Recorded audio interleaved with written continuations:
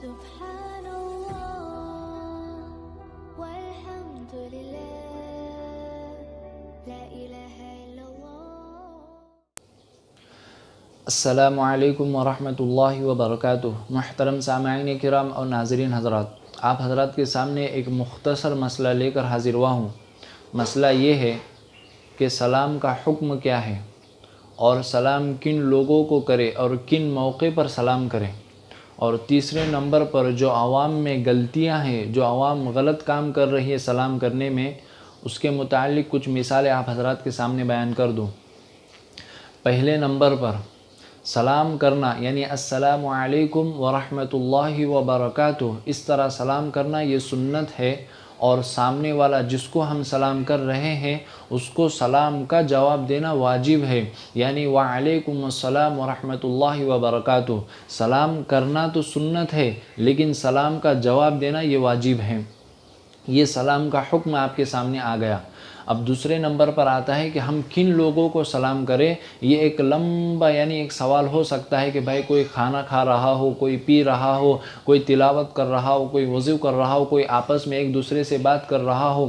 یہ الگ الگ ٹاپک پر سوال ہو سکتے ہیں. یہ سوال لمبا ہو سکتا ہے اگر کرنے پر آ جائے، لیکن اس کا مختصر جواب یہ ہے کہ ہر ایسے شخص کو سلام کرنا شرعی اعتبار سے مکروہ ہے، ناپسندیدہ ہے جو کسی کام میں بیزی ہو.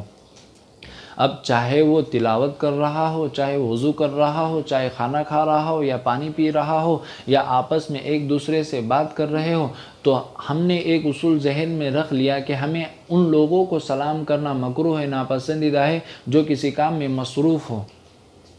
یہ آسان سا جواب آپ کے سامنے آ گیا.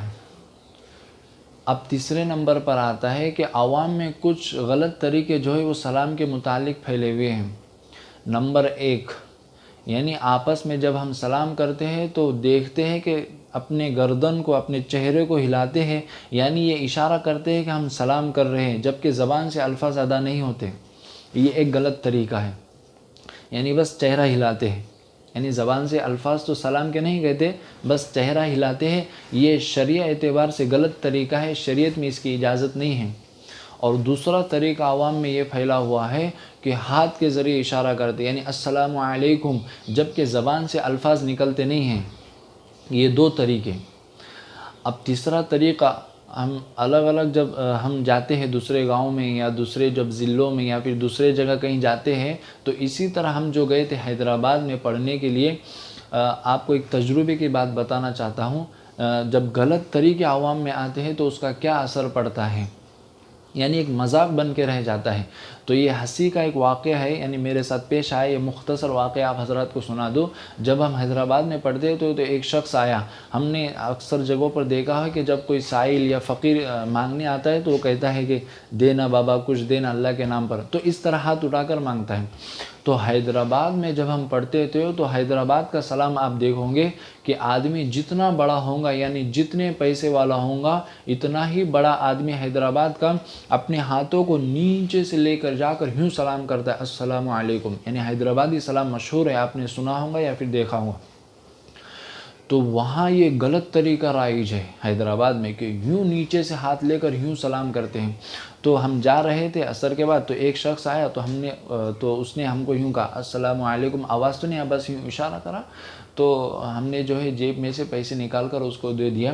تو اس نے کہا مولانا میں آپ سے بھیک نہیں مانگ رہا ہوں، میں آپ کو سلام کر رہا ہوں.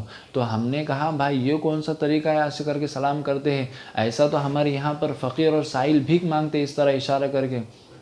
تو اس نے کہا مولانا یہاں پر جو یہ حیدرآباد کا سلام ہی ایسے ہوتا ہے، یعنی بہت ہاتھ نیچے لے جاتے ہیں، پھر اس کے بعد یوں کرتے ہیں السلام علیکم.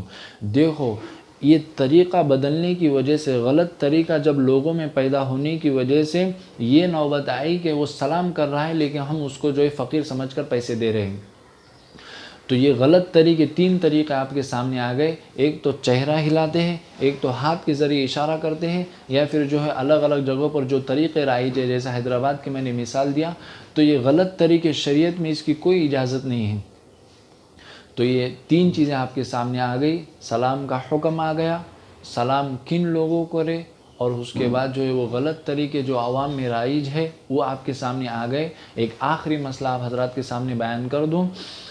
مفتیان کرام نے اور شرعی اعتبار سے جب عرف میں یہ چیز یعنی لوگوں نے ایک چیز کو جو ہے وہ اپنا لیا یعنی السلام علیکم، تو شریعت نے اس کی اجازت دی ہے کہ اس طرح سلام کر سکتے ہیں، لیکن قید لگائی ہے کہ اگر کوئی شخص بہت دور ہے، وہاں تک آواز نہیں جا سکتی، چیخنے میں چلانے میں دوسروں کو تکلیف ہو سکتی ہے، تو شرعی اعتبار سے مفتیان کرام فرماتے ہیں کہ اب ایسا شخص کیا کرے، ہاتھ کے ذریعے دور والے شخص کو اشارہ کرے اور زبان کے سلام کے الفاظ کہیں، یعنی اس شرط کے ساتھ کہ ہاتھ کا اشارہ بھی ہو اور زبان پر سلام کے الفاظ بھی ہو۔ اگر دور ہو تو یہ صورت اختیار کر سکتے، اس کی اجازت ہے، لیکن قریب ہو نزدیک ہو تو اس صورت میں یہ صورت اختیار کرنا شرعی اعتبار سے نامناسب ہے، ناپسندیدہ ہے۔ تو یہ سلام کا مکمل بیان آپ حضرات کے سامنے آ گیا۔ امید ہے کہ آپ حضرات اس کو اچھی طرح سنیں اور اچھی طرح جو ہے اس پر عمل کرنے، اور سب سے پہلے اللہ تبارک و تعالی مجھے اس پر عمل کرنے کی توفیق عطا فرمائیں، آمین یا رب العالمین۔